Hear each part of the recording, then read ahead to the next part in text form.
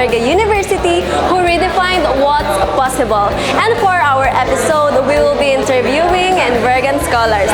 Ano, tara, let's go!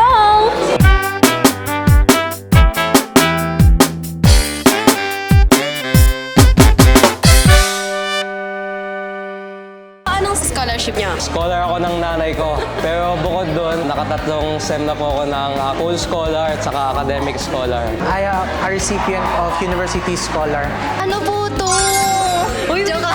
Nakawig ka. Aabala kayo. Kilala mo ba yung Miss Enverga 2021? Ngayon, academic scholar na lang and student assistant. Before, meron akong tatlo. Tatlo kasi before, meron tayong Miss Enverga University 2024. Pumiyok na naman ako. 2024. So, tatlo siya. Actually, apat kasi may minus pa sa miscellaneous from EU lang before. So, apat na scholarship. Dati, nag-negative na rin ako noon. So, binabayaran ako ng school para mag-aral. Yaba, wag na. Joke lang. Yung scholar po is yung maroon and white grant po. Nag-post sila ng about sa scholar. So, my teacher noon ay sinad niya sa akin. So, ayun, nitake ko yung opportunity para makapag-exam and thankfully nakapasa ako. Parang matalino ka ate. Hindi naman po. I'm uni po. Ako po college. Ako po college din.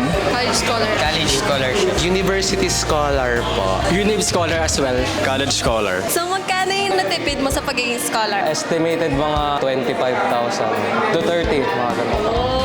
Nang dahil sa Enverga, mas nakatipid ako sa pag-aaral. Kaya mag-enroll na kayo. Only here at Enverga University. Depende. Kasi pag University Scholar, usually ang nag-grant is yung full amount ng tuition. So, yun yung units na binabayaran natin per semester. So, in my case, it depends kung ilang units yung tinitake mo this semester. Usually, kapag University Scholar, nakuha rin ng full. And then, kapag college naman, half. Okay, thank you po.